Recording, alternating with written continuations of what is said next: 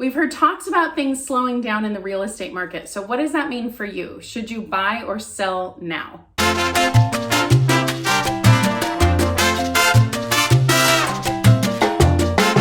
Hi everyone, Brittany with Brittany Hannon Real Estate, and today we're giving a market update for September 2021.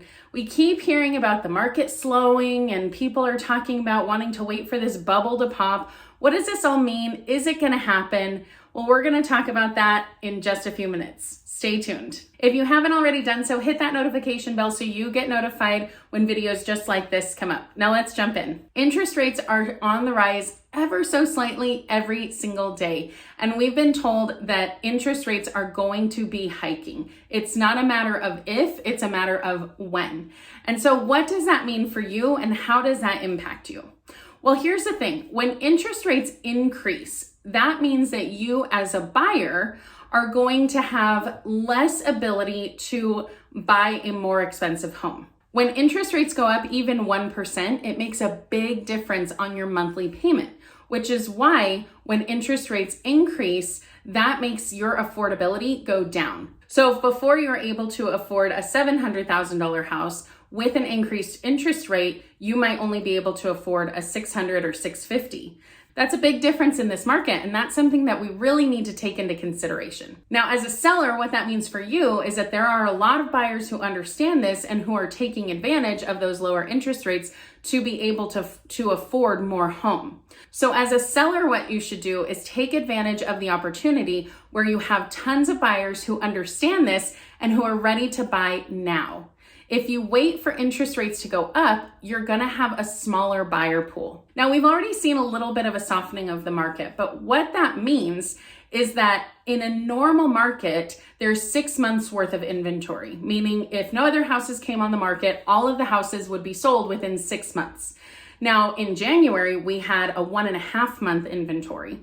But right now, because the market has softened, we have a 2.5 month inventory. So we still have a long way to go until we're at 6 months. So that means that the market has softened a little bit from the summertime or from the springtime earlier this year, but it still is a strong seller's market. And the reason for that is because the buyers understand that they want to take advantage of these interest rates and they're hearing that the interest rate hike is going to come. All of this is dependent on these interest rates. So as the interest rates stay low, you're going to have a lot more buyers. And the reason for that is the government is trying to stimulate the economy. That's why you have lower interest rates. As things start stabilizing, we're not going to need as much help from the government. And so that's when they're going to start increasing those interest rates. So as interest rates increase, there are going to be some fewer buyers on the market. But as we see, we have a long way to get to that balanced market. Another thing about the market all over the country, but in Southern California specifically, is that we are in a housing shortage. They can't build houses fast enough to be able to make this change as quickly as they need it to happen. So we are still in a housing shortage, which is the supply and demand problem. That's what we know, that's what we understand. When there is less supply and higher demand, the prices are higher. When there's more supply and lower demand, the prices are lower.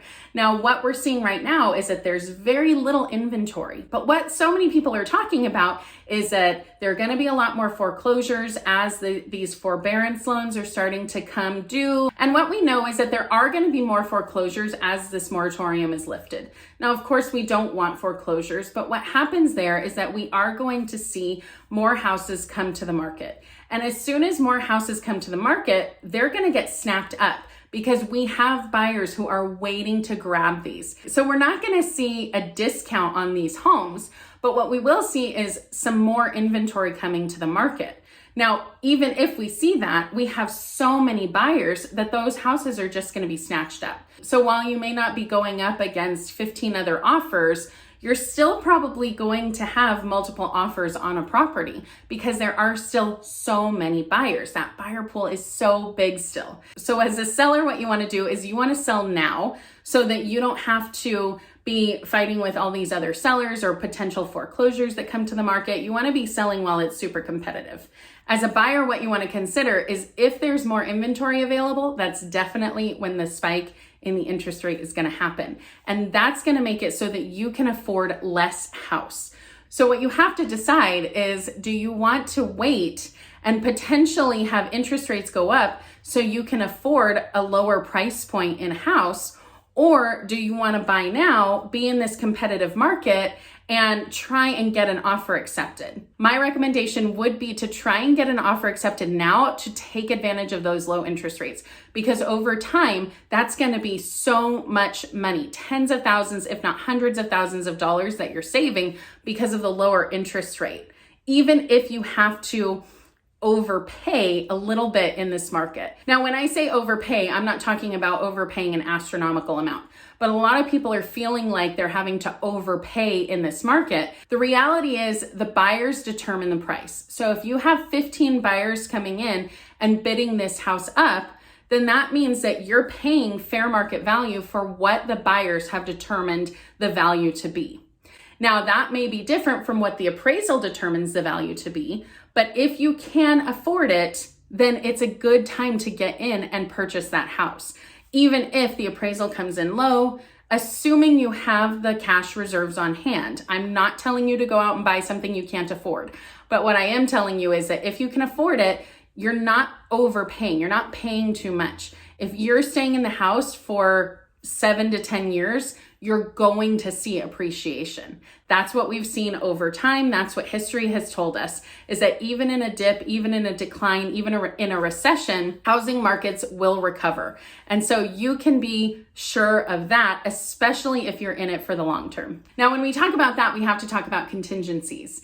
Back when it was crazy offers, 35 offers on a house, $200,000 over asking, all of that, they're removing all their contingencies. What we're seeing is that in a less competitive market, now I say that because I'm saying it's still competitive, but you're not necessarily having to remove all the contingencies. You're not necessarily having to make your offer as good as cash. People are still willing to take offers that are a lower price because they want to make sure that it appraises. People are still willing to take offers with different types of terms because they need to still find a house of their own. So there are lots of different things rather than price that people are looking at. And that is a little bit different than a few months ago. A few months ago, people were able to get the highest price with the best terms and all of that. And now we're starting to see a little bit of a balance with some of these offers coming in, because we're starting to see that people don't necessarily need to remove their appraisal contingency, for instance, because when you remove your appraisal contingency, what you're saying is, I'm going to pay the price that I am offering regardless of the appraisal and what it comes in at. If the appraisal comes in low, essentially what that's saying is that the buyer is agreeing to pay the difference. And so what we're seeing now is that there's less of a need for that because there are not as many people coming in and bidding it up $100,000 over asking price.